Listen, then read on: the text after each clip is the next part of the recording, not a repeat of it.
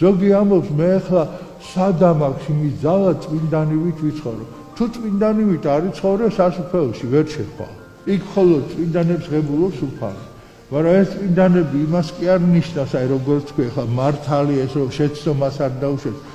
შენი განწყობა უნდა იყოს რომ მე რაღაცას რომ არასწორს ვაკეთებ, უნდა გამოვასწორო. როგორ უნდა გამოვასწორო? მე უნდა მთელი გულით უფლის წინაშე ვეცადო რომ ჩემი ცხოვრება დადგეს იმ კალაპოტში, რომელიც კალაპოტის არის ცხონების კალაპოტი. ნუ იტყვი რომ მე წმინდანი ხარ, რაც შემიძლია. შენ რო აიღო თქვა მარიამ ეგვიპტელი, რა დღეში იყო ქალი? ხო კარგად ვიცით მისი ცხოვრება. ნებისმიერ თქვენთაგანი მაგნაირი ვინმე რო იყოს, ესე განკითხვით მოვკვდებით, ეს ვინ ყოფილა და ამა რა გააკეთა, ჩვენ დღეს წმინდანად ყავს ეს ადამიანი. რატომ? იმიტომ რომ სრულიად შეცვალა თავის ცხოვრება და გაყვა უფლის გზას.